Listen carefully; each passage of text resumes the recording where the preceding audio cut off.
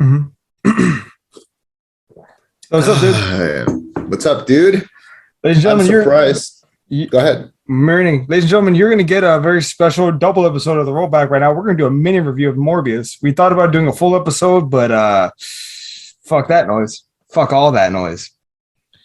I'm going to be very clear. I showed you my letterbox review, and I'm going to just read it to you verbatim because that's all my thoughts on Morbius. Watered down, unfun, no stakes, delirious, kind of ugly to look at. It stands for nothing and falls for nothing. It's a movie with a fork in a world of soup. Jesus Christ. Where did you get that metaphor? That's so like mean but hilarious. It's how I felt watching the movie. Christ. No, the Morbius was just not good, man. It was not good. See, and that's funny because I actually didn't hate it. I didn't love it. Hate it. But I didn't hate it. It was like, this is inoffensive. It's fine. I think I like the effects. I like the story to a certain degree. I thought if the villain's motivation had been different, I thought if Milo's motivation had been different, this would have been a completely different film. Let me pitch this to you real quick. Just imagine this. Yeah. Instead of Milo doing the generic, we're the next step of human evolution bullshit, what if he had just been in constant pain? And he was just begging Michael, like, just give it to me so I don't hurt. Give it to me so my bones don't feel like glass. Just give it to me that way I can walk for once in my life without a cane or an agonizing pain. And then he takes it and he's like, I can't control myself.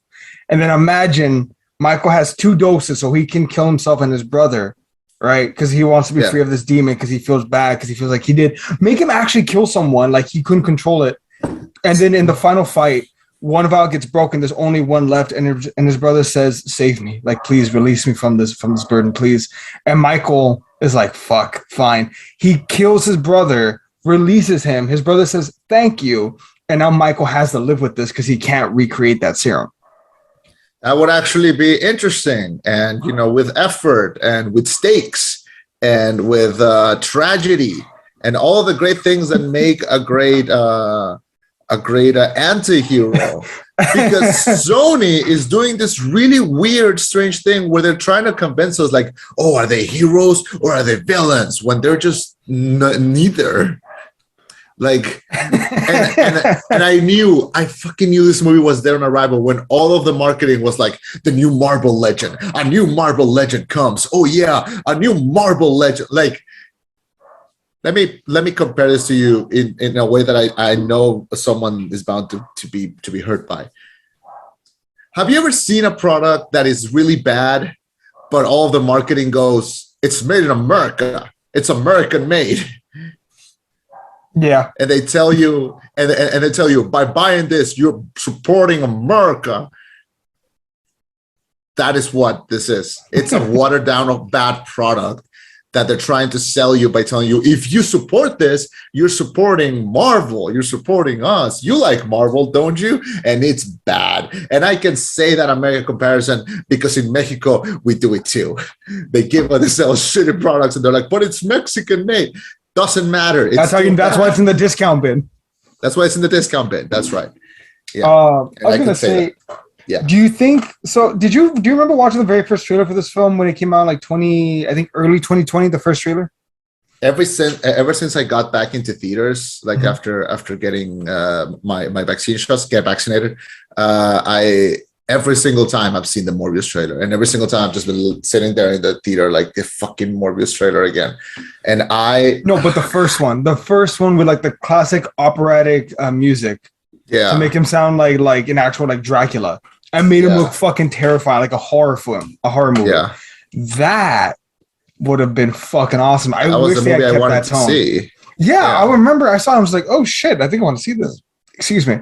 I remember I was in a record shop and me and Nikki were like having like You were in a record shop?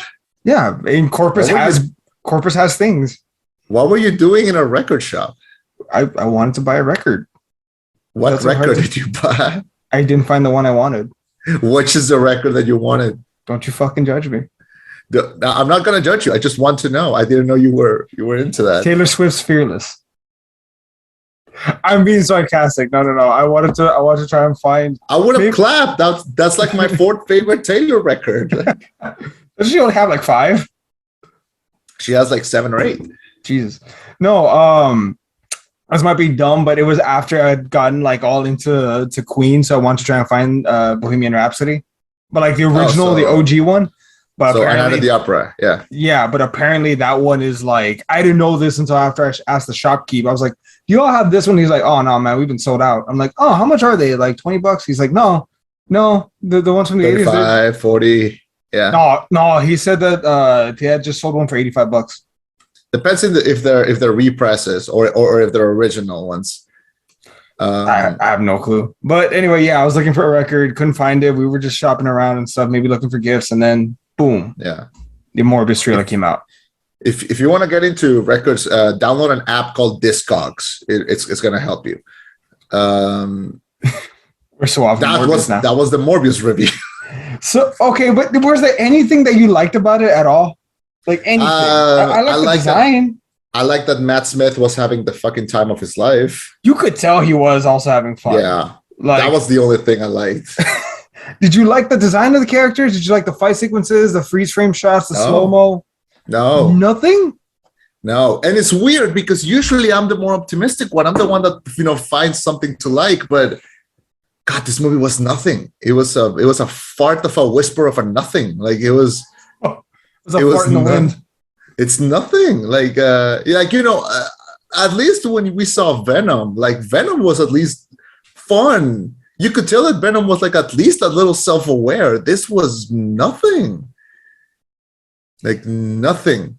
Fair. Tyrese is in it and he sucks. I don't know why the fuck was he even a part of this film. Like there was no reason for him to be there. Nothing. God, it was just they did such a half-assed Doctor Who reference that I couldn't even appreciate because he was so lazy. What was the Doctor Who reference? So how familiar are you with Doctor Who? 0. Just 0. Okay. Fucking 0. Okay, so Doctor Who is like a character that he's kind of like James Bond. Like every once in a while, he gets played by a different actor, but they wove it into the story. It's that he has a certain amount of lives, and when he's about to die, he regenerates into like a new Doctor. So he becomes like a new actor playing him. And Matt Smith played the 11th incarnation of the Doctor. That's so him going from playing the Doctor into playing a villain in both Last Night in Soho and in this. Imagine if you saw Jason Sudeikis play the Joker after playing Ted Lasso. Like that is the equivalent. Like from like flat to like the jump. Yeah. God, because imagine him playing the Joker. I can't see that. So the thing is that when an actor plays a doctor for the rest of his life, he's kind of referred to as the number that he plays, the doctor that he plays. So David Tennant, for example, he was in the Harry Potters. He played the 10th Doctor, so he's forever known as 10. So sometimes he's in interviews and he's like, "Hey, 10," like you're like he's a 10.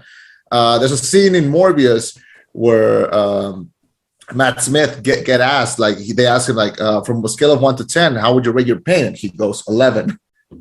Oh, and it's like, come on, it wasn't even fun. Like it. They tried. They did their best. I groaned. It was bad. Anyway, all right, let's jump into the real meat and potatoes here. I'm done. Like this is all right. Like I'm so glad we don't do top 10 worst of the year anymore because oh god, the least I could talk about this movie, the better. All right, and slog.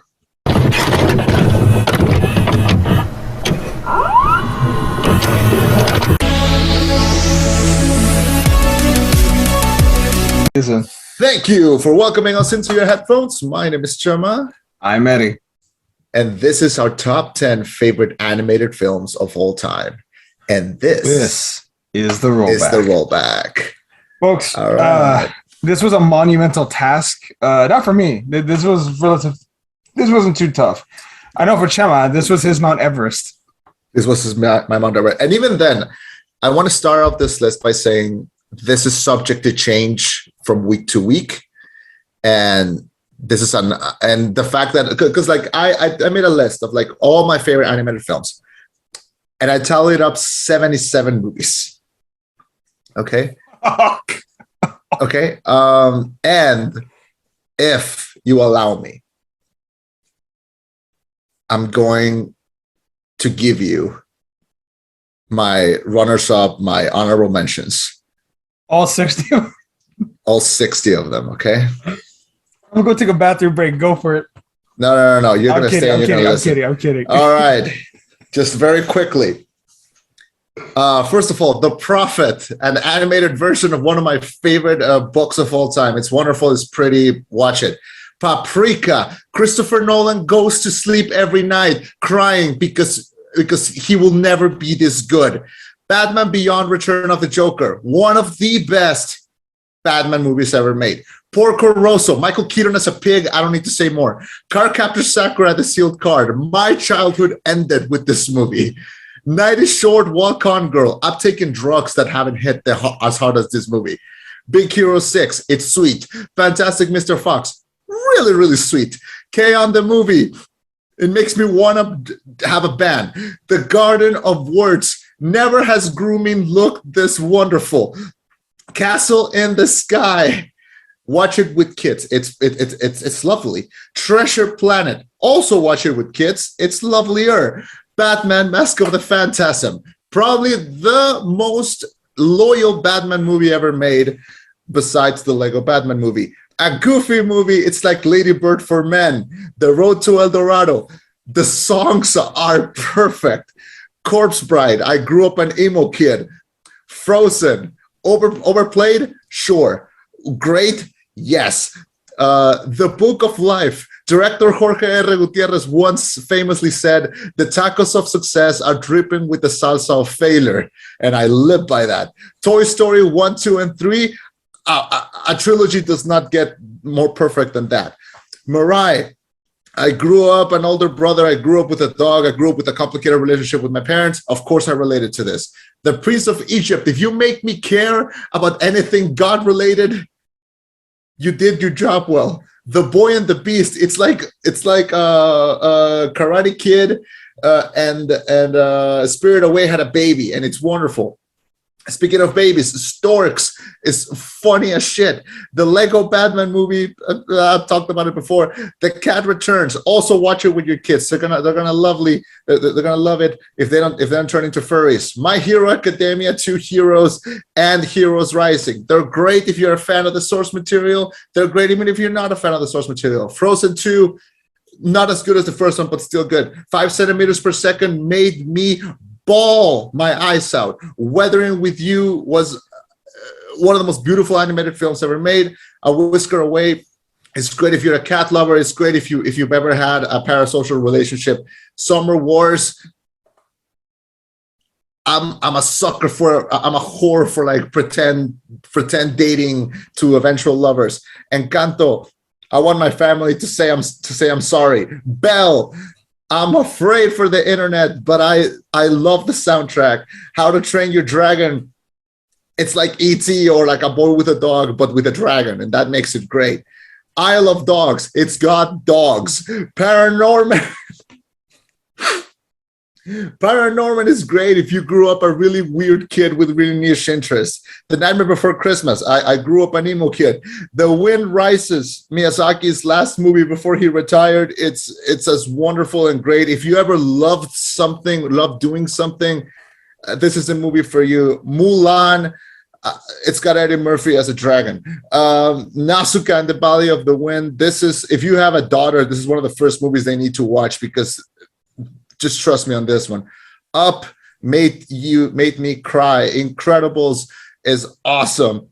Tokyo Godfathers is one of the best Christmas movies ever made, with one of the most original plots ever. Ratatouille makes me hungry every single time. Wolfwalkers, that's one of the most beautiful sequences of animation ever. WALL-E makes me hopeful about the world. My Neighbor Totoro makes me want to retire and go live in a field. The Lion King traumatized me as a kid. Akira makes me hopeful of how cool the future could be. House Moving Castle, It's a great date movie, and you should always watch it with your partner at least once. Princess Mononoke makes me believe that humans can do wonders for nature. Perfect Blue is a great horror film that is also like animated wonderfully. The Grave of the Fireflies is one of the saddest movies ever made. Words bubble up like soda pop. Makes me miss those young summer days. Coraline is a great introduction to horror for kids. Song of the Sea. I don't even have words. It's wonderful. Coco makes me proud of who I am and where I come from. Luca, it was a wonderful marriage between American and Japanese animation, or at least their ideals. The Mitchells versus the Machines makes me hopeful for animation. Kiki's Delivery Service. I watch it when I'm sad, and it makes me re-love what I love. I Want to Eat Your Pancreas was one of the saddest, loveliest love stories. Inside Out is wonderful for kids to understand the psychology of thought.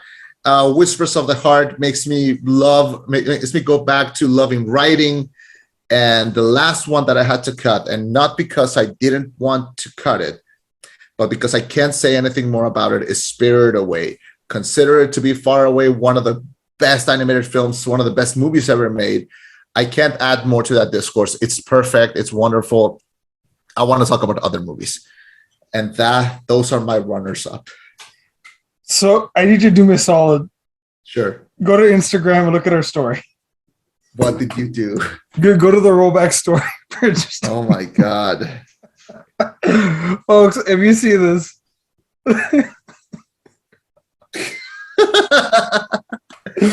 This mofo legit doing that, yeah. Yeah. Okay. So question. Yes. Did you hear anything I said? A lot. Oh no, I was listening the whole time, but I was just like, Jesus Christ, there's so much. You reminded me of some films animation. I forgot I had seen. Damn it. You actually revamped like my honorable mentions list. My top 10 is solid for me. Like I know which top 10 I want to have there. But like I just added a few extra honorable mentions because I'm like, oh yeah, I forgot about that movie in this movie. All right. Oh man. Should I go over my honorable mentions? I have fewer than you. Please do. All right, I'm gonna give you a break for a sec. So first one is a weird choice, but it's weird because a lot of these movies I have incredible experiences maybe watching them for the first time, and because of that first experience, I love watching them every time I see them following. First one would be Wallace and Grumman, Curse of the Were-Rabbit. Nice. Weird movie, weird stop motion animated film, but like I loved it. I loved it because first time I saw it, it was a school day. I woke up at 5 a.m. for some fucking reason. I don't even remember why, but I was like, I'm gonna watch TV at 5 o'clock in the morning. So I get a bowl of cereal, I turn on the TV, I start changing channels, I end up on HBO. And what are they showing at 5 o'clock in the morning? Wallace and Grumman, Curse the Were-Rabbit. These characters I've never seen. I was like, this could be interesting. I just caught it right when it started. Yeah. So I saw the whole thing from beginning to end and I loved it. Like, I don't know why. It was a good experience for me. So, I mean, I feel like everyone has the best experience watching that as a kid. Like, for some reason, I feel like everyone our age like watched it as kids and we all loved it. Like, it was just the right amount of weird and the right amount of like. It was just the right amount of stupid, accessible. But it was fun. Yeah. I'm gonna hit you with a shocker right now because it's too easy. The Toy Story Trilogy. No way. Yep. You're not putting it on the list because it'd be too easy. Who amongst you don't know that that's my favorite? That's like we did a top 10 personal list, and I think that was my number one was Toy Story because it made me love film. Yeah. But at some point, like you gotta start talking about new shit. I don't want to be every other top 10 list of like fucking Watch Mojo or Book Culture of like number one Toy Story. Like no, look. It's my spiritual number 0. Like let's leave it at that. All right. Did I surprise you? I did. It did. I was convinced it was gonna be your number 1, but okay. Nope. It's a secret number 0. All right. Megamind also an important lesson. Such a fun movie, but also it teaches an important lesson. Yeah. I found myself cheering for him so much, and like just because you're a villain doesn't mean that that's who you have to be. You don't have to play the part that people cast you as. Yeah. Is it a bit hokey? Yeah, sure. Like, does every other kids movie try to teach that lesson, yeah, to some degree, but it does such a great job of doing it. Also, I love the spectacle of it. Like, if there's anything I take away from that, yo, you're a villain, but not very super. Well, what's the difference? Presentation. Like, how do you not love that flamboyantness? Have you ever seen it in Spanish? No. It's better. Like, just trust me on that one. It's better. I'm not one to argue. Right. The Incredibles, I can't look. Do I like The Incredibles? Yes, but I can't put it on our top 10 just because I have a crush on the mom. Like, I can't do that. I'm joking. I'm half joking. I knew that was the internet. The internet knows. Anyway, this is a weird one, but I liked it. Chicken Run. Again, great memories. I get it. Yeah. But I remember watching it. That was the movie that we could goof off to and watch while the teacher was grading papers back in elementary school. Yeah. So I probably saw it like 30 times in 1 year, but it never got old because that's the fun time when you walk into the portable and you see the TVs up. Yeah. You're like, yes, easy day. Also, it was like a dark movie to see as kids. Like, one of my favorite one-liners is from that movie. It's when they're gonna choose what chicken to kill, and one of them goes like, "I was like, I could see my life like running through my eyes." It was boring. Hey, that's funny though. Yeah, it was quite boring. Yeah. A film that you actually showed me, My Hero Academia: Two Heroes. Oh shit! Nice.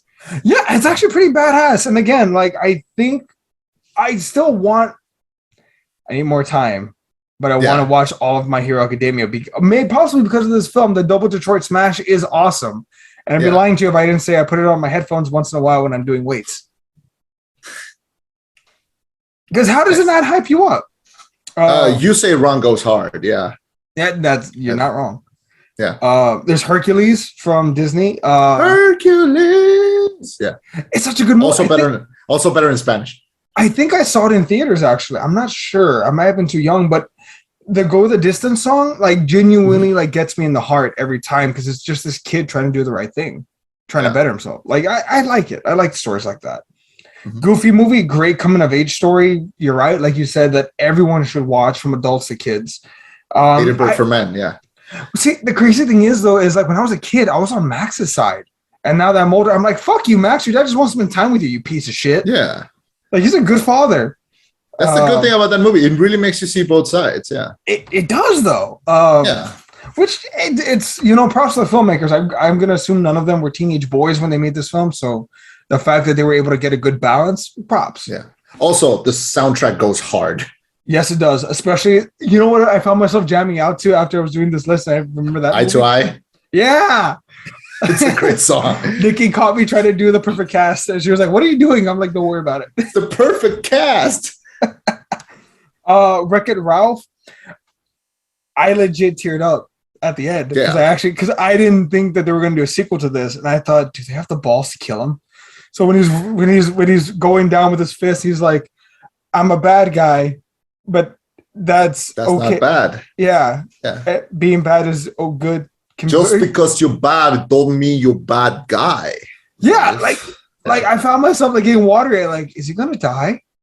Because I thought, does Disney have the balls to do this? The Undertaker's streak had just ended. The world seemed full of possibilities now. Anything could really happen.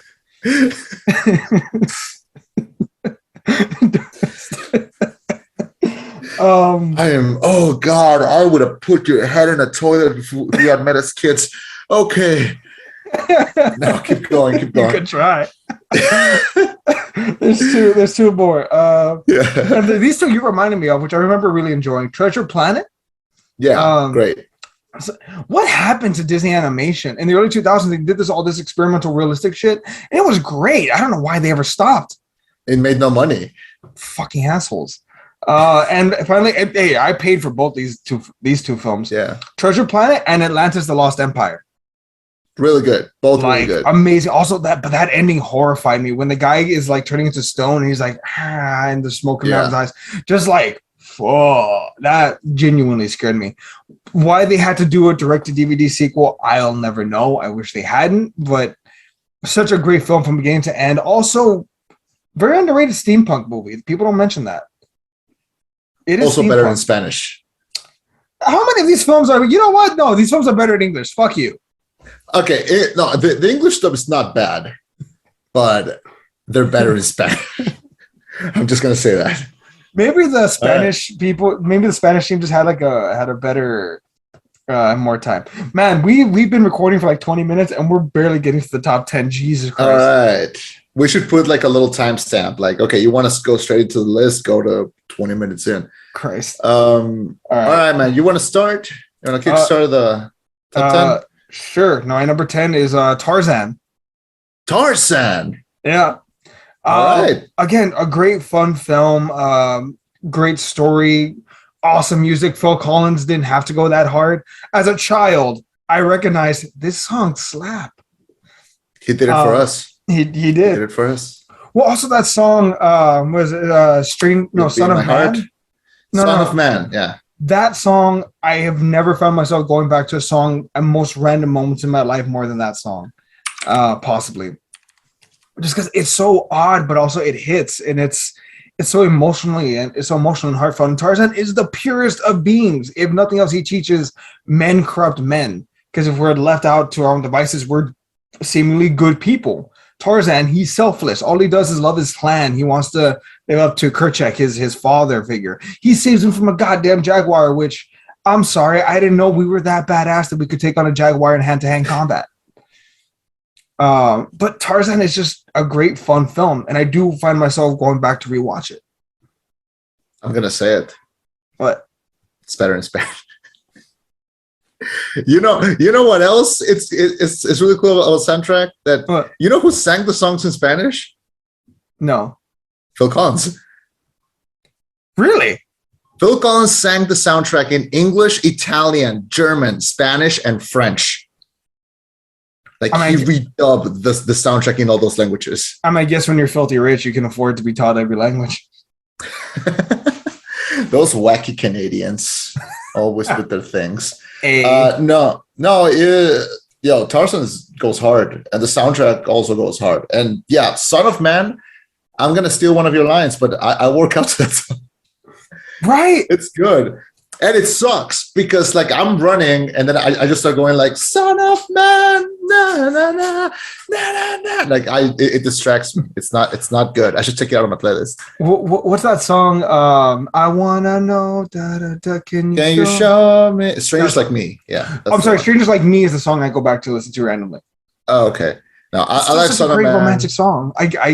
You'll Be in My Heart is also really good. Yeah. That one's also great.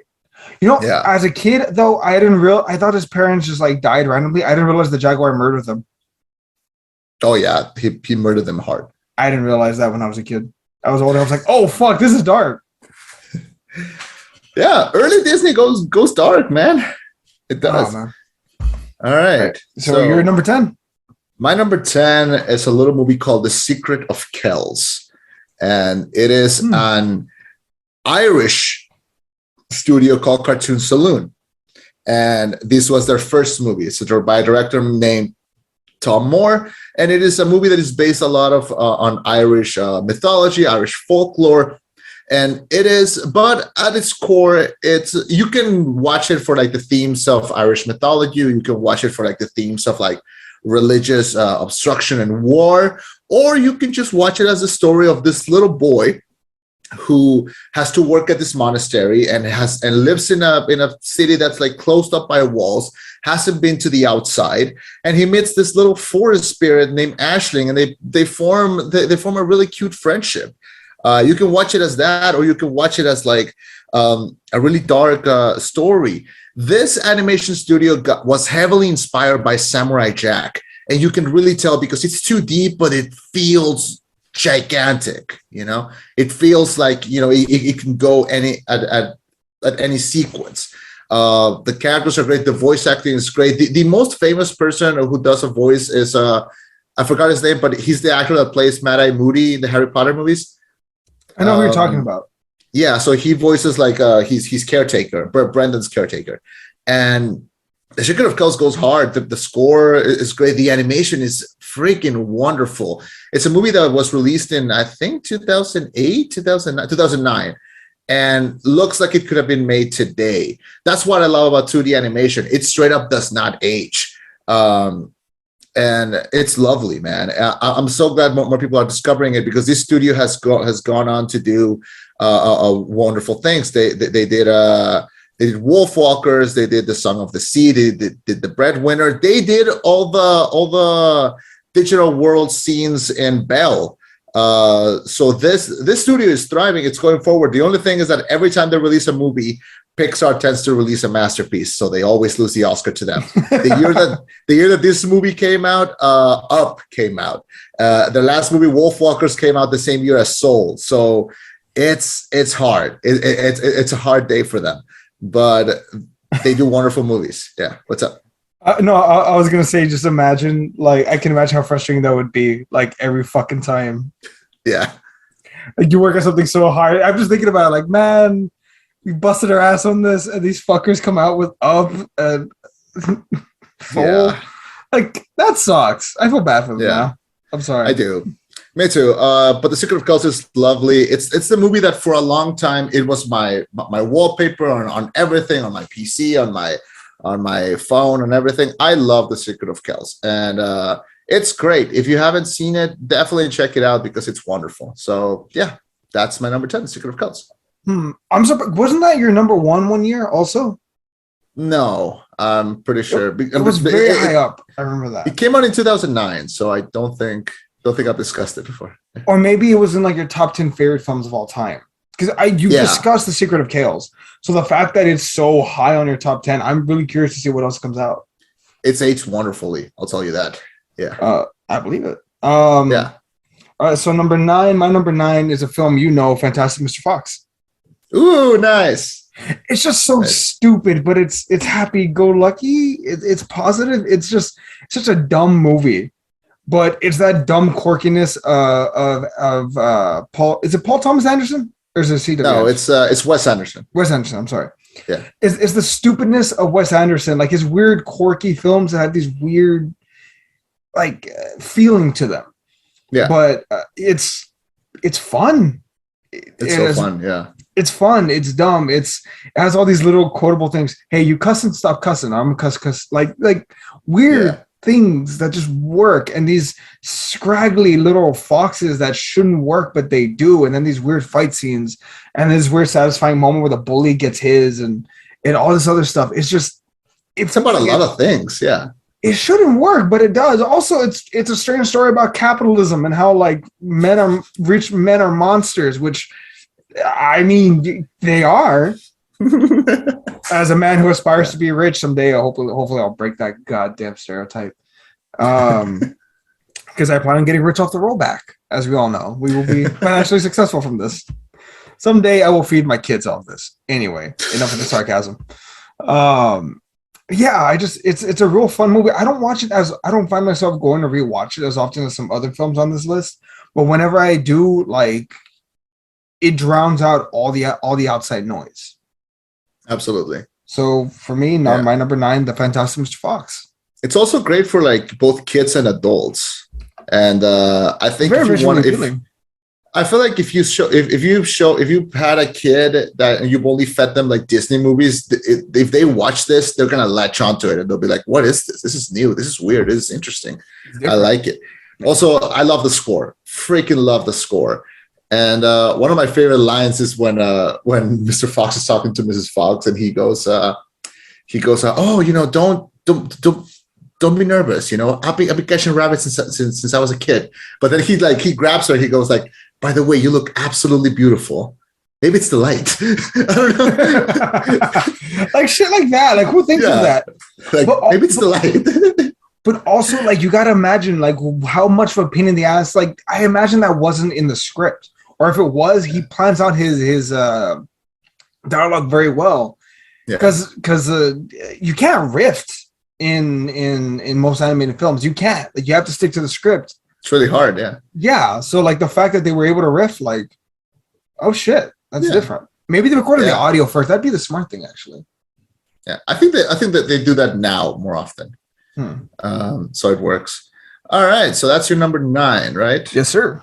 My number 9 is I don't know if I've talked to you about this. I don't know if you've seen it, but it's a little movie called Wolf Children. I think you've mentioned it. I think I have. So same director. So director Mamoru Hosoda, he's the same director who did Bell. This was his second or third movie, and it is a freaking masterpiece. Okay, so Wolf Children is the story of this young college student called Hannah, who meets this boy in a class, and they start talking. They start going out. He's kind of mysterious. He's kind of odd. But he's very nice, and they find themselves having a really lovely romance. And then it turns out that he's a werewolf. And then it turns out that they get together. They have 2 kids. And one night, the dad goes, I'm going to go get us some food, and I'll be back. He gets killed. And now Hannah is by herself raising these 2 kids who not only are children, but they're werewolf children. Okay. Wait, so like they transform into werewolves like 3 times a month? Am I right? No, so they can pretty much like they go back and forth. They don't. Yeah.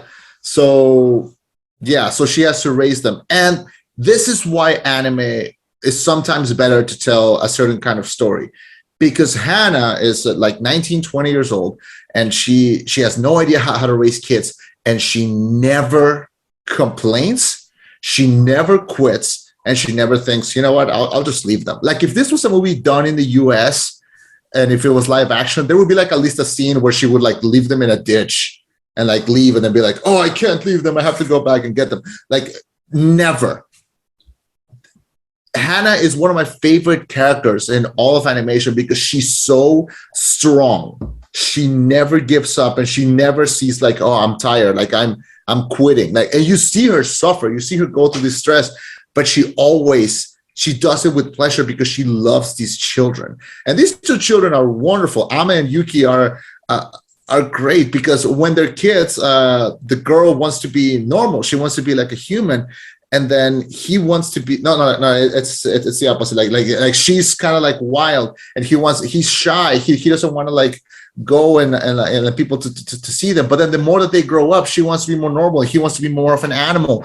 And oh God, like everything that they go through, like there's a great funny little scene where one of the kids starts to like throw up because they ate something that they shouldn't have, which children do. And so you have Hannah like carrying them like outside, and she goes through the street and she sees like two businesses. Like one is a veterinarian, one is a pediatrician, and she's like, like where do I go? And it's great because like things just start to go wrong for her. Like she's in this apartment and the kids, they start howling and then they come knocking at her door like, hey, you can't have dogs. And she's like, I don't have dogs. They're like, we hear the howling. And then they start knocking at her door like, hey, you haven't vaccinated your kids. Because it's like, well, they don't need to. They're wolves. Like, so there's like so much that happens and we see them grow up and we see them like go through all this story. And it is this movie has one of the most cathartic endings. And it cemented Hosoda as one of my favorite animated directors. And Wolf Children is wonderful. It's a story about strength. It's a story about love. It's a story about a mother's love to her children. And I adore it. I tend to go back to it every time that I can. And that's my number 9. It's Wolf Children. Oh, they look cute. They're so cute. They look adorable. Yeah. Oh. So yeah, so that's my number 9, Wolf Children. Very nice. I like the difference in that. Yeah. See, number 9 is my number 8. My number 8 is a film about scoundrels, about gangsters. My number 8 film is a film about 2 deviants who managed to con their way into the richest city on the planet and come out on the other side better for it. The Road to El Dorado. Ooh, nice. Was this on your list or no? It was on my honorable mentions. Gotcha. No, yeah. So The Road to El Dorado. I love this film. This film I saw when I was a kid, and I just remember thinking, "There's a world of adventure out there." Like this was one of the first films that made me go, like, I can. Obviously, I'm older now, but Like there's still mysteries like to look for. There's still adventures to be had. This film showed me that.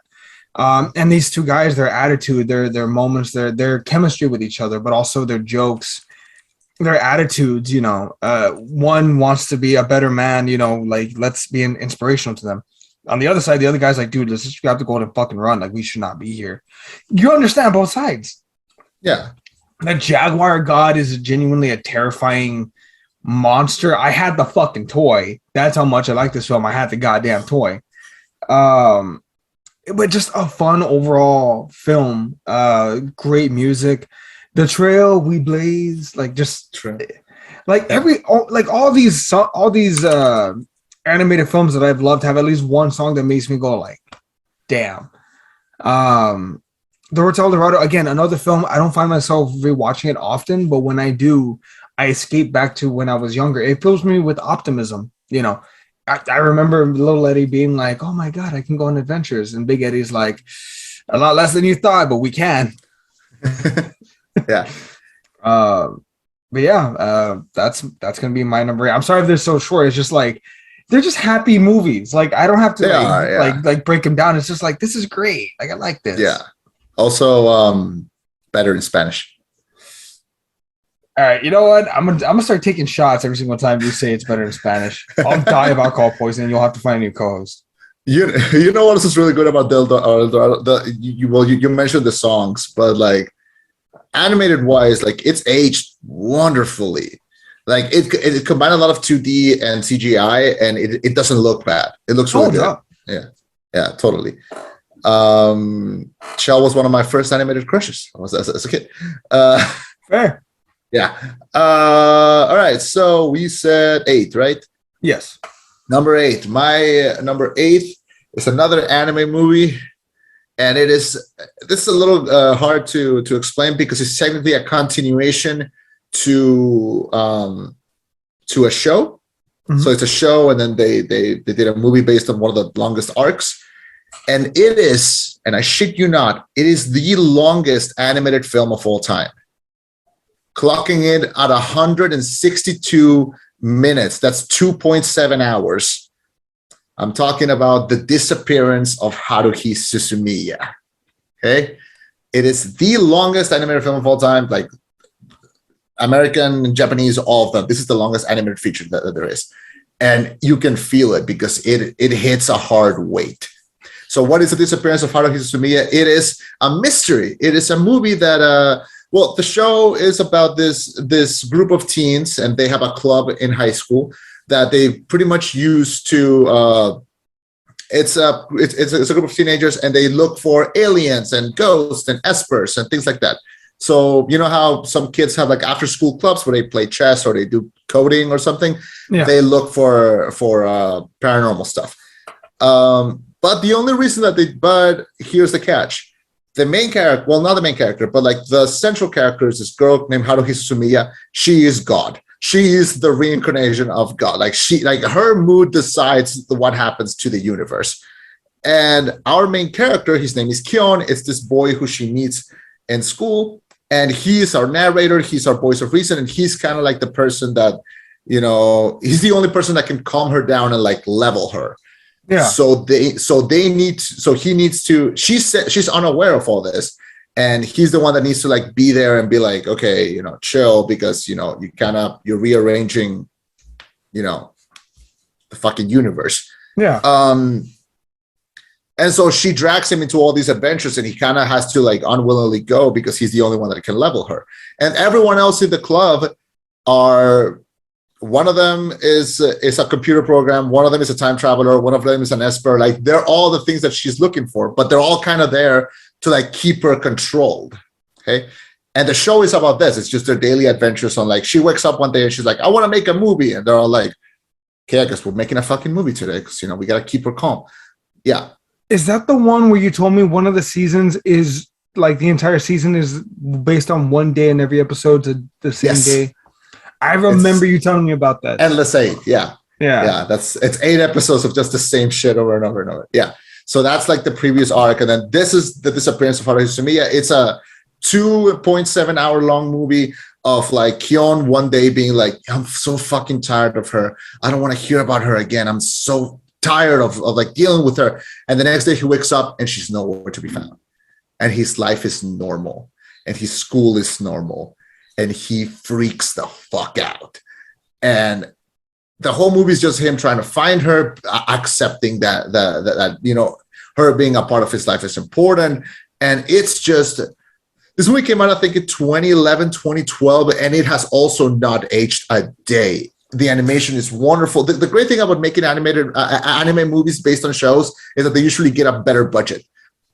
So the movie looks amazing. It's trippy. It's visually very, very appealing. The voice work, both in Japanese and in English, in the English dub, are great. There's really nothing to dislike. It really cannot be seen without watching the show, which is the only bad part. But man, it's a trip, and I love going back to it. You know, so I don't want to like over explain it because I feel like I made my point. But I love the disappearance of Harukomia, and you know, it's kind of sad that it's the last piece of media that we got from that team. Consider that there are more stories to be told about them. There's more manga. There's more light novels. But this was a great way to go out because it's great. Also, the music is great. So yeah, if you haven't had your share of Harukomia, this will fill it. If you've seen the show and you liked it and you want more, this will give you more. Also, it's a great Christmas movie. It's a Christmas film? It's a Christmas movie, yeah. So, okay. Yeah. Do they celebrate Christmas in Japan? They do, yeah. Do they have Christmas trees and all that jazz? They have Christmas cakes. Dude, that sounds delicious. I would love to try a Christmas cake. I would, me too. But yeah, so that's my number 8. It's probably the weirdest one on my list. So yeah, it's fair. We all have odd ones. Yeah. This one is a film that I think gets. Sorry, we're on to number 7. Am I right? Number 7. Yeah. So number 7. This is a film I feel like does not get anywhere near as much love as it deserves. I think it's unfortunate that it doesn't get enough love. It's such a positive message for a film. Have you ever heard of a little movie called Robots? I have, yeah. Yeah, starring one Mr. Ewan McGregor, also flanked by Mr. Robin Williams. Also Mel Brooks, shockingly enough, he plays Big Will, but that's going off. So, okay, this film is so much fun, and it's so important. It teaches a great lesson. Rodney Copperbottom, the little bot that could, the little dreamer, a lesson very important to teach the kids: dream big. Yeah. You know, he decides he wants to be an inventor. He wants to be a fixer. He wants to make the world a better place for all robots. What's more pure than that, man? And he goes to the big city, and it chews him up, and it spits his ass out within the first 5 minutes of him being there. Yeah. And he decides, like, no, I'm going to help people in any way that I can. While all these robots, either you upgrade or you get killed, which somehow that's okay, but that's fucking overthinking it. He starts repairing bots. He starts helping people. His idol Big Weld has gone missing, so it's like, see a need, fill a need. Like, I'm going to be the one to help them. You know, what is more admirable than that? You know, stepping up to the plate. And when he inevitably meets Big Weld, when he finally does, and Big Weld's just saying, like, you know, he's given up, Rodney calls him out on it. You know, he says, you were my hero. You're my idol growing up. And now you're just here while bots out there are being outmoded? Yeah. Like, fine, we'll do it without you. Like, come on. What more do you need than that? And then now this comically over-the-top villain that has mommy issues. He even says it like, oh my God, I'm just like my mother. God. He's one of the funniest movie villains, I will say that. Like, he's great. It's so weird, but I love it. We just have so much good charm, in this film. So much positivity. Again, I love that. That's what kids need, but also a push towards following your dreams and trying to do better. This kid not only trying to do right, but also trying to make his family proud. You see everything his father and his mother sacrificed for him to have a better chance. This kid grows up, used parts, spare parts, you know, nothing's new, nothing shiny, working class kid who's able to retire his parents. Big World even comes up and says, like, I'm proud to tell you that Rodney is now my apprentice and will someday become my successor. Yeah. Like, this kid went to the big city and found his dream and was able to do something positive. I found myself rewatching this movie very recently when I was filling out not recently, a while back. And I was filling out job applications, and it was just like, it filled me with such like, there is still hope in this world. And it's an animated film, but it's still good, and it's still funny, and it still holds up. Yeah. So that's going to be my number 7. Yeah, 7. Mm-hmm. Robots.